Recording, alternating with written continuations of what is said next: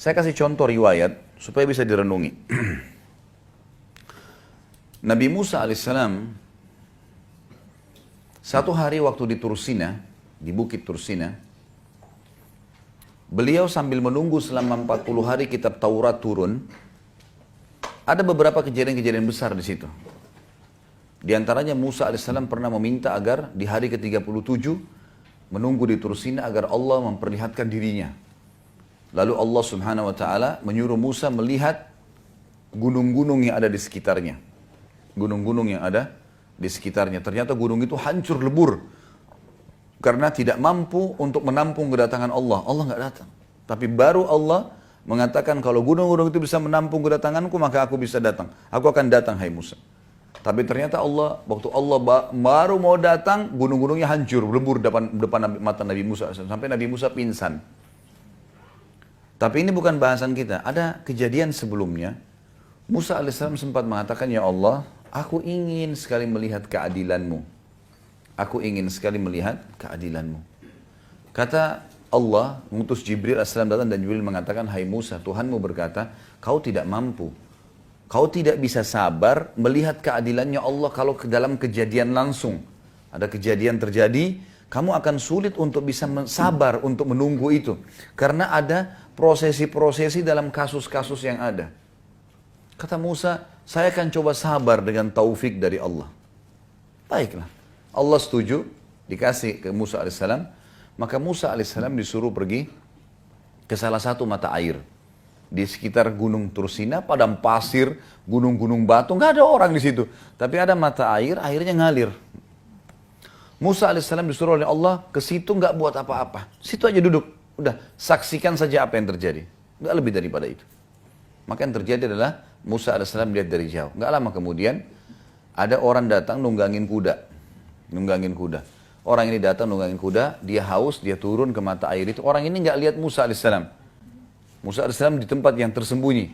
Maka Musa alaihissalam melihat orang ini turun, minum air, ternyata di pinggang sebelah kirinya orang ini ada kantong isinya uang. Ya.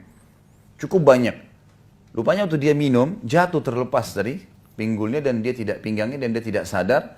Dia naik tunggangi kudanya, dia pergi. Ini orang yang pertama, Musa saksikan alaihissalam. Yang kedua, orang yang kedua datang anak kecil. Belum balik, umur 9-10 tahun datang, minum air di situ. Dia lihat ada kantong duit, dia ambil sama anak itu kecil pergi. Baik. Musa alaihissalam lihat. Sudah selesai, datang orang ketiga. Orang buta matanya sudah tua. Datang, dia dengar suara air, dia mampir, dia minum air di situ. Dia wudhu mau sholat. Tapi Allahu a'lam, ini riwayatnya memang dikatakan mau sholat. Bagaimana sholatnya dulu mereka di zaman Nabi Musa alaihissalam, Allahu a'lam ini. Apakah sama dengan kita sekarang, jumlah rakaatnya, kan namanya kita nggak ngerti. Karena nggak ada penjelasan, yang penting di zaman dulu ada sholat gitu kan. Baiklah, orang buta ini wudhu mau sholat. Ternyata orang yang pertama tadi penunggang kuda kembali. Dia tanya si buta ini, kakek tua, kakek buta, kamu lihat nggak duit saya di sini? Saya buta, mau lihat apa? Kamu pasti ambil, kamu pasti lihat, karena tidak ada orang lain. Ini padang pasir, pasti kamu yang ambil. Enggak, geledah aja barang saya. Enggak, saya nggak percaya. Cekcoklah dua orang ini sampai penunggang kuda membunuh dia. Si buta dibunuh. Dia lihat kiri kanan tidak ada orang. Kemudian dia naik tunggangi kuda, dia pergi. Dianggap sudah uangnya hilang. Baik. Sekarang kira-kira menurut kita ini, ibu-ibu sekarang di sini, siapa yang salah, siapa yang benar nih? Dalam kasus seperti ini. Musa alaihissalam saksikan ya.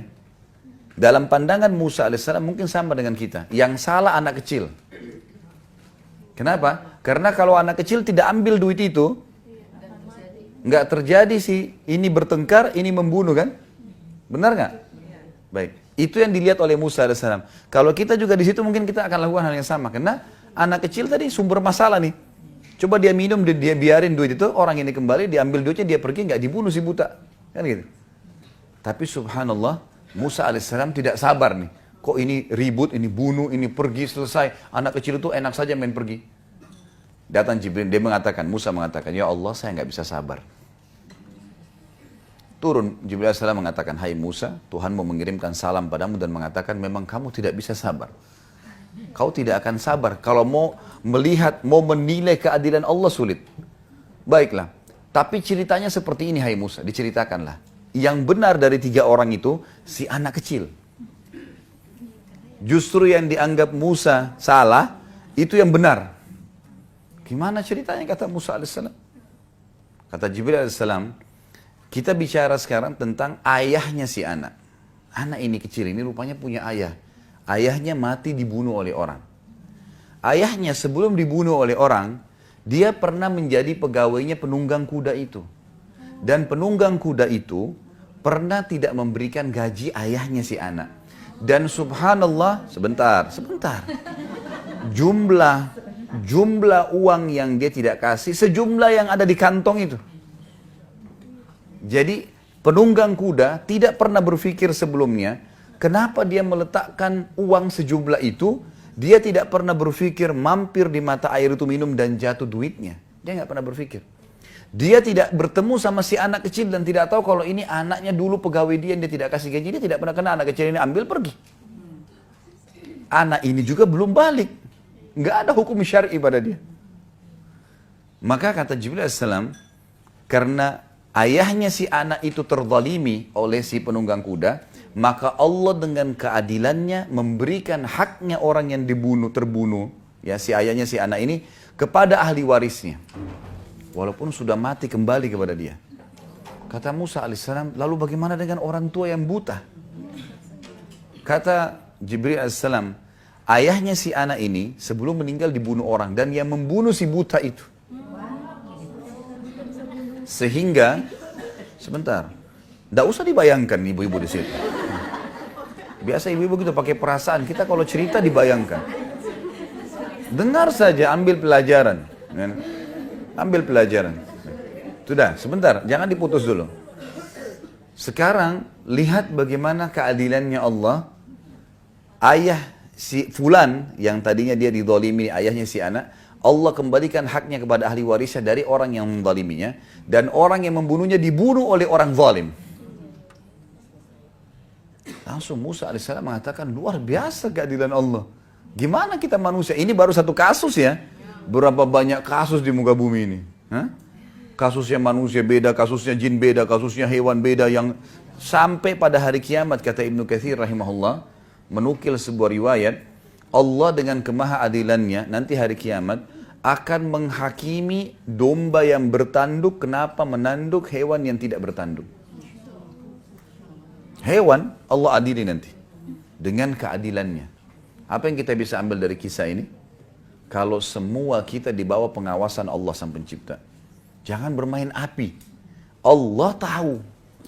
Jangan pikir kita ini hebat, bisa mengatur tipu daya. Allah Subhanahu wa taala mengatakan dalam Al-Qur'an, "A'udzubillahi minasyaitonirrajim, innahum yakiduna kaida wa akidu kaida." Orang-orang kafir, orang bodoh ini yang banyak berbuat segala macam penipuan dan seterusnya, mereka mengatur tipu daya. Kata Allah, dan aku mengatur tipu daya. Allah punya cara. Bukankah seseorang mungkin di antara yang hadir sini mungkin pernah mengalami, kita pernah menyembunyikan sesuatu.